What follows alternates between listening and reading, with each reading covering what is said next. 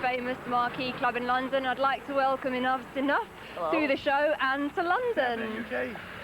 Now, obviously, your very strong image is a talking point, but I'd like to start by asking you about the imagery that runs through your album cover, your actual look, and of course your videos. Could you tell us a little bit about that?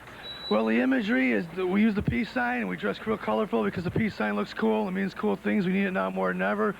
You guys call it C&D, we call it peace sign. It's all the same thing. It's for everybody. And whereas our look might not be for some people, as far as music goes, though, you put a record on a turntable out here, or you turn your radio on, you don't see hairs and faces and guys jumping around. You just hear the music first and foremost. That's why we're here, for the music. And, you know, the look is just some icing on the cake, so to speak. Right. Now, did you ever consider that your music, or rather your image, would become a stronger talking point than your music? I did when I seen the video. I seen all the lipstick and the makeup. I had no idea it was going to be quite that bright. And I think it affected some of the listeners that are turned off by that whole thing. People didn't even get a chance to listen to it, you know, because they were afraid of the glam thing and all this and that. So we've dropped it a bit, as you'll see in the next video. But still, you know, we like to dress up nice and look nice for people, you know. And yeah, I would imagine that we assumed that the look would stand out. Now, your main musical influence seems to be early 60s British rock and roll.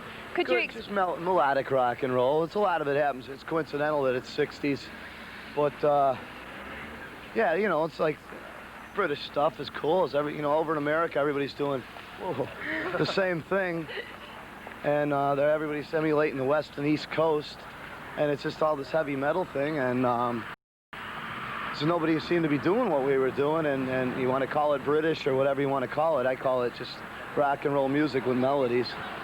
But as individuals, you're all rather into different types of music, is that right? Yeah, well, Donnie and myself are from, we like all the stuff that's out here, the Beatles and Mott the Hoople and Sweet, and we like Cheap Trick, of course, American band, the real Beatles influenced also.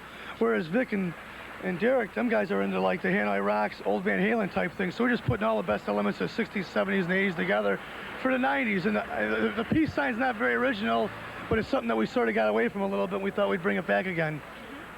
Now, how have you managed to remain uninfluenced by what's going on the East and West Coast in the States? It's pretty easy for me because I never really listen to anything else, but I used to listen to Beatles and stuff like that. I don't listen to anything now. I'm so music'd out. But, well, there's good things happening there, you know, the Motley Crue, Bon Jovi, Tesla, King's X, Faith No More. There's good stuff happening, but as far as we went, you know, it's like Chip and myself, we grew up only listening to one sort of music, and it's just, I never got it, you know, the other kind of stuff. It just seemed to me that the people were more interested in looks and riffs than they were in actually getting back down to the basics of writing a song. You know, I'm not knocking anybody. I think everybody's doing a wonderful job. You know, all the bands are great. It's just my personal preference and my personal taste just didn't gel with all that big hair and stuff, you know, that was happening out in the West Coast and East Coast. And, you know, I'm not speaking for my guys, but that's just personally how I felt. So it was not a problem to stay away from it for us. Right, now your debut album, would you say that says everything about the band at the moment that you'd like it to say about the band? Sure, I think that's a very good representation of the band, the first record. We did it at Royal Records in Lake Geneva.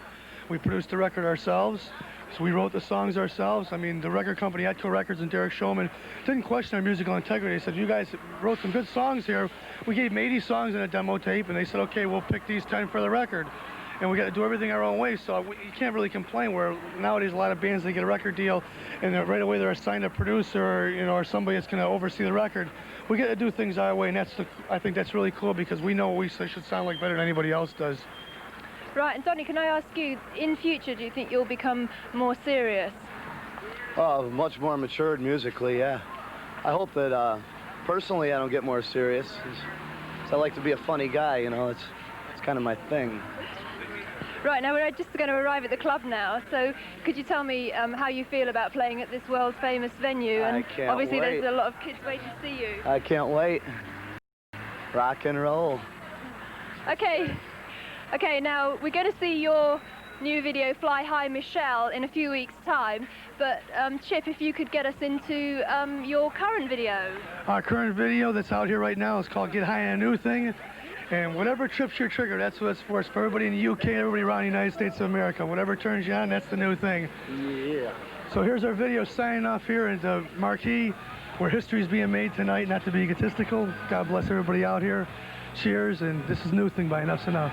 Chicago rockers who call themselves Enuff's Enough.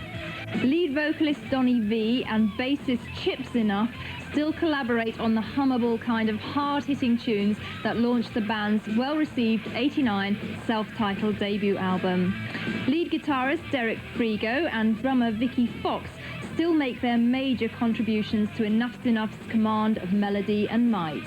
But with the release of Strength, the band's second album, Enuff's Enough display a new level of musical maturity and diversity coupled with a more serious stance on lyrics.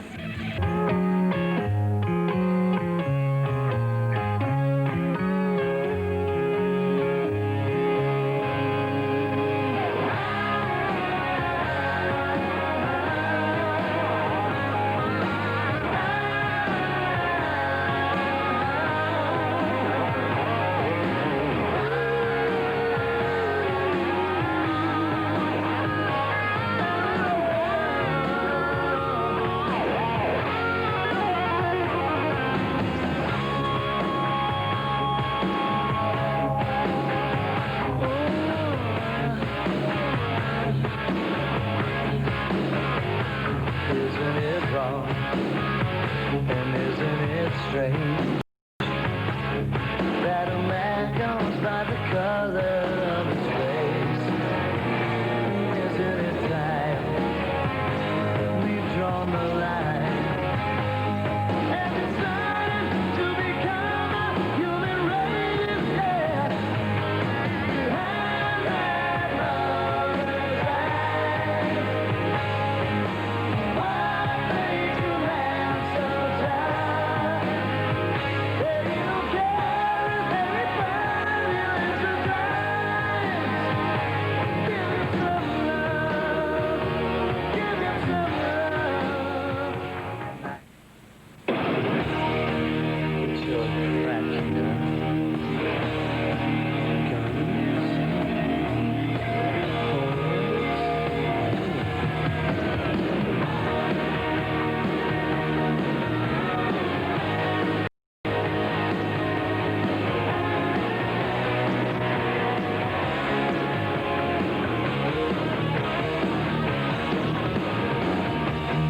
Here is your world that you've made to destroy you. Oh, what a world, screwed up young girls are unemployed too. You can't trust nobody, touch nobody, be somebody. Gratitude, guns, such a cocaine. Never kill a man, feeling no pain.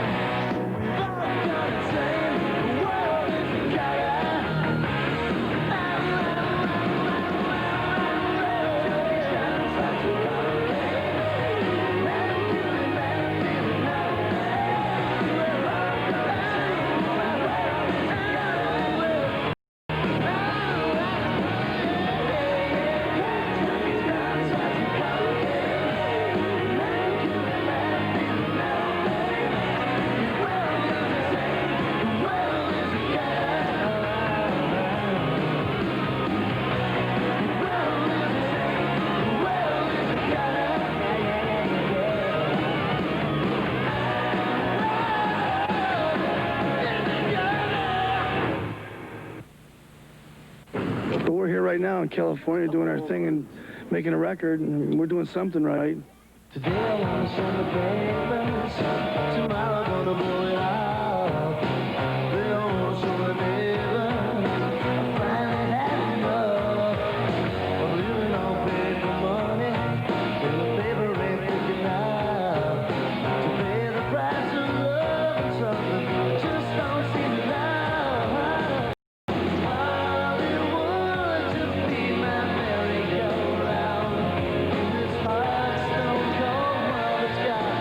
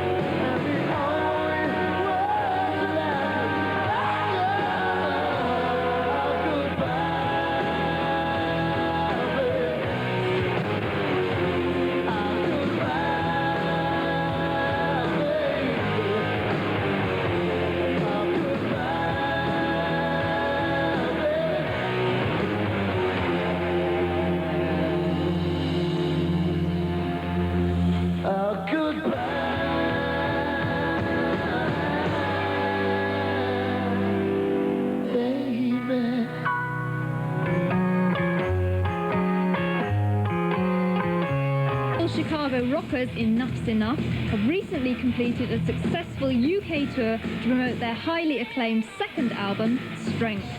As per the band's well-received debut effort, vocalist Donnie Vie and bassist Chips Enuff have collaborated on hummable, hard-hitting tunes, but Strength also displays a new level of musical maturity and diversity, coupled with a more responsible and serious stance on lyrics. Headbangers Ball caught up with the band at a signing session at Tower Records in London to find out just what is Enuff's Enuff's Strength.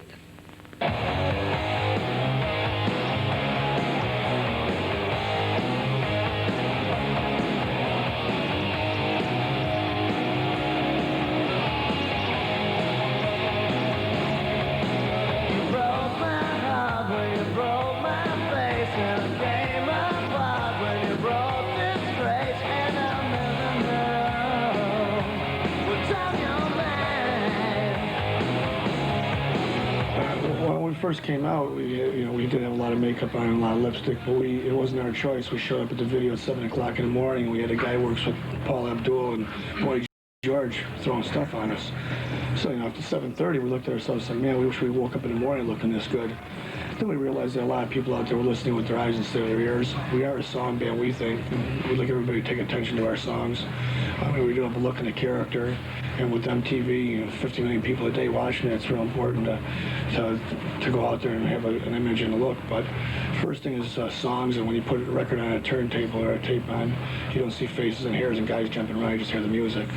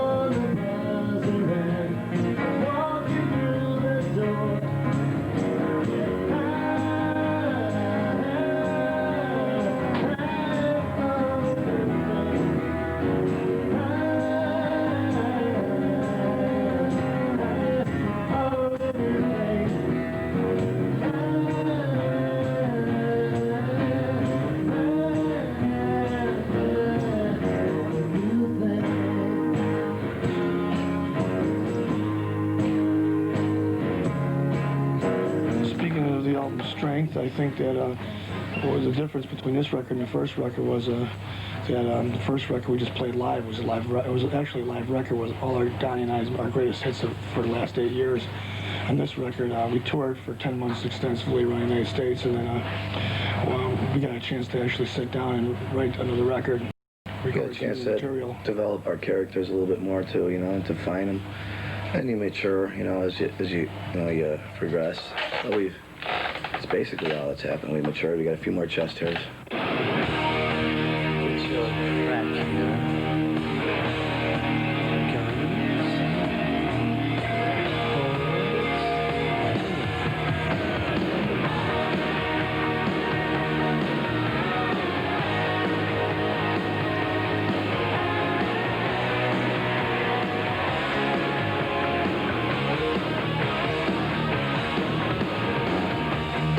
Here is your world that you've made to destroy you. Oh, what a world, screwed up young girls are unemployed too. You can't trust nobody, touch nobody, be somebody. Crack junkies, guns, shots, and cocaine. Never kill a man, feeling no pain.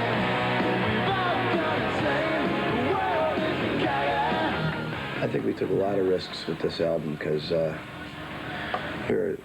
first album was pretty commercial. This album, we don't, I guess it's not real commercial, but we try to put as much commercial stuff as we could. But it was pretty risky album. Yeah, actually on the first record, like I said before, we played live. This one we treat every song like a chapter, use different instrumentation.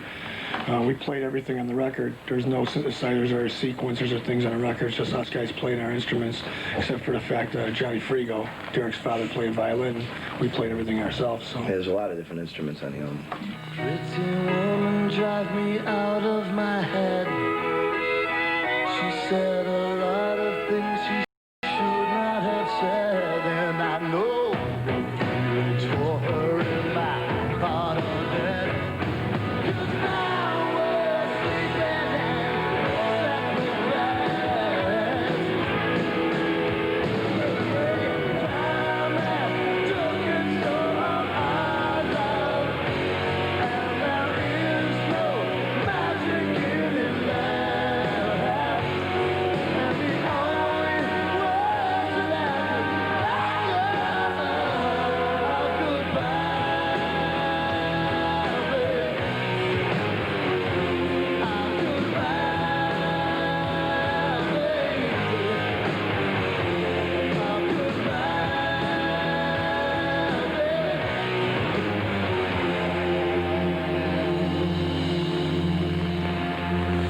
are goodbye,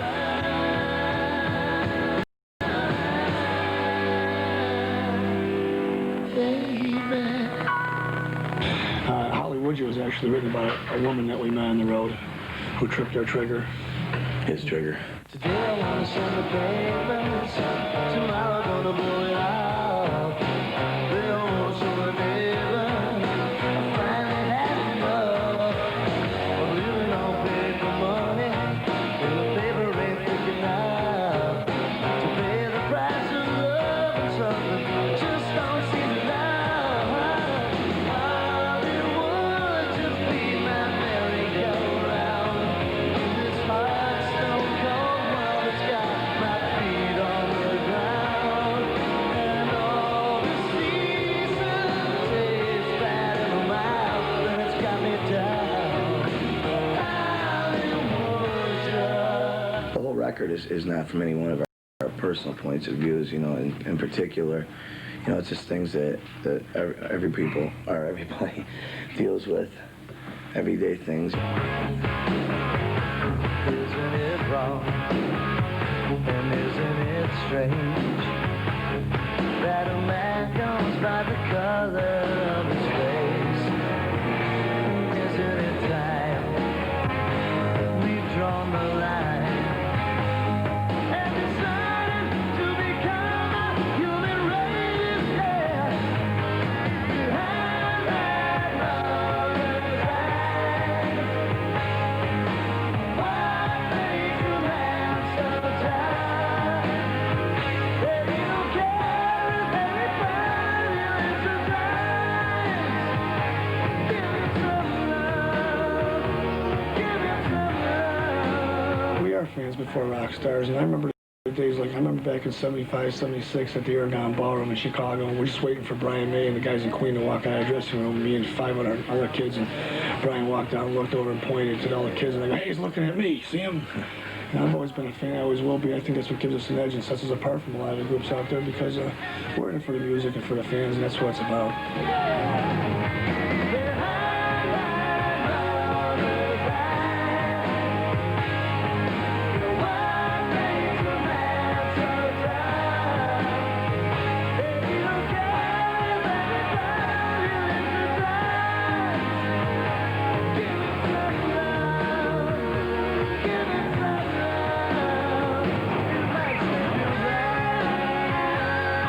Well, the Beatles influence that we have, that everybody talks about all the time, I mean, that's fine and dandy, but we don't want to be the next Ruddles or next Klaatu. We always pay respect to our forebears. I mean, the Beatles and Queen and Sweet and Mott the Hoople and T-Rex. Stones. There's a Rolling Stone. There's a million bands out there we talk about. And, you know, some bands don't like to talk about their influences. We do, and if it's pigeonhole us, you know, it's a drag. But, you know, those are influences. You show me a band without influences, and I'll show you a band who hasn't written one note.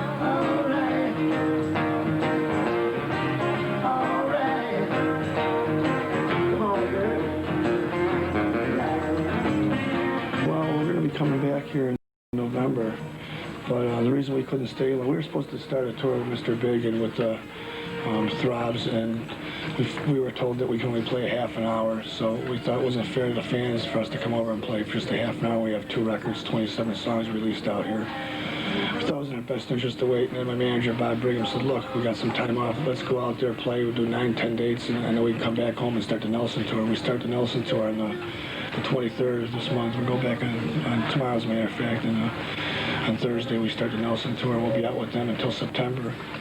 So that should be real good for us, because it's the first time us playing sheds and stadiums and stuff. We're used to playing for a couple thousand people a night, which is fine and dandy, but last tour we did 193 shows in 210 days. And then we went in the studio and made a record. We were in there for 3 months. It's not fun making records for me, because you're in there 14, 16 hours a day.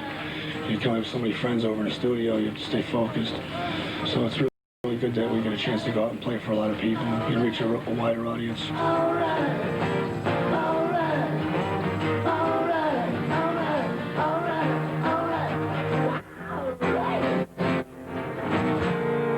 Just want to say thanks to all the people who have been writing to us and supporting us out here, and T-Biscuits and peace. Brilliant, they're great fans, but I hate to say it, but it's the truth. The fans out here could teach us fans in America a lot. It's tenfold out here. They're fanatical fans. They're so loyal.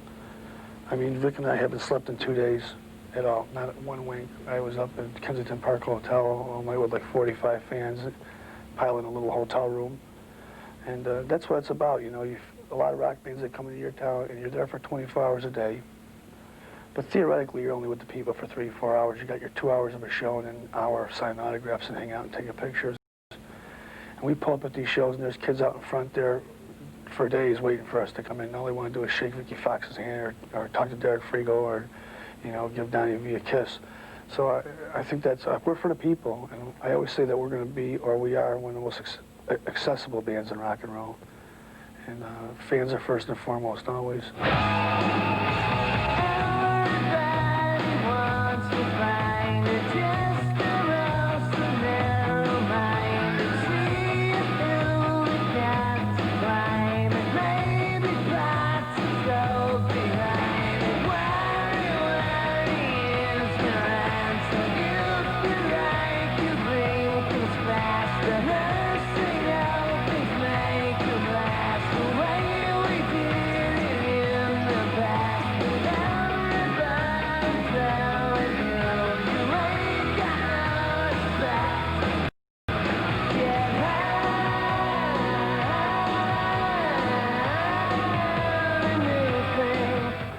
Over a year since we've been out here. It's our favorite place in the whole world to play. Been waiting to come out here and play for a long time, and it seems like we're reaching a lot more people now. Last time we were out here, it was a little smaller, and now the UK is catching on to us a little bit, which is really, they're accepting us, which is really great.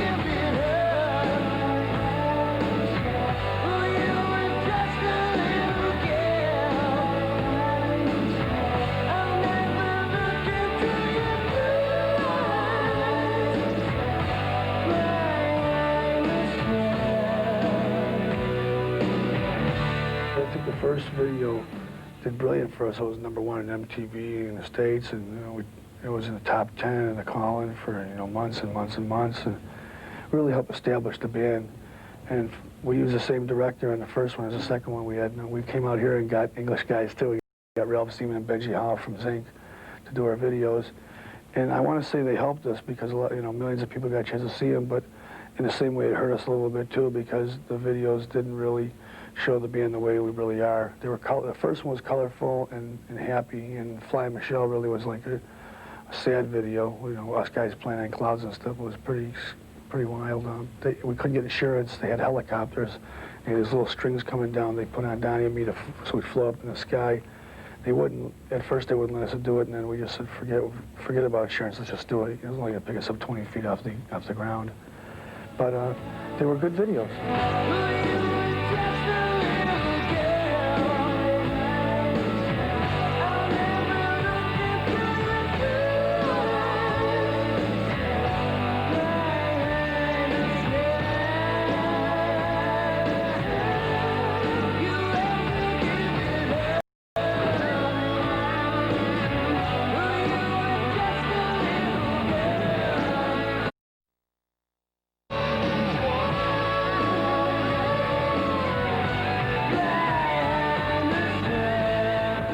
Compare ourselves to the Beatles because we don't want people to point fingers at us and go, here's the next Ruddles or here's the next Klaatu or something, God bless them.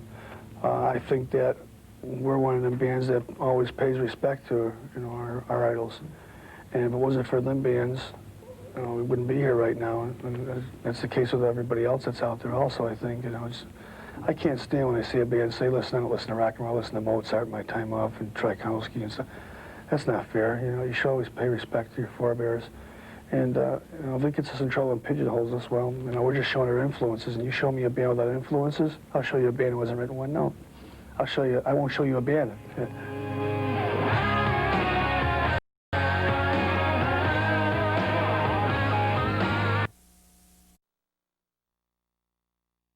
Hits. It was stuff that Donnie and I wrote 8 years ago, and then all of a sudden we got signed, and the record company said, yeah, these are the songs. Or I should say Derek Showman, he picks the material. This record, we tried to show a little more focus on this record. I don't want to say maturity because I want to spare you that whole rap of we've matured and we're grown up, because we haven't matured and we haven't grown up. We're rock and rollers, and at the end of the day, it's still a rock and roll band. We just took a little more time on this one, treated each one individually. Isn't it wrong, and isn't it strange, that a man goes by the color of his face? Isn't it time we've drawn the line and decided to become a human race?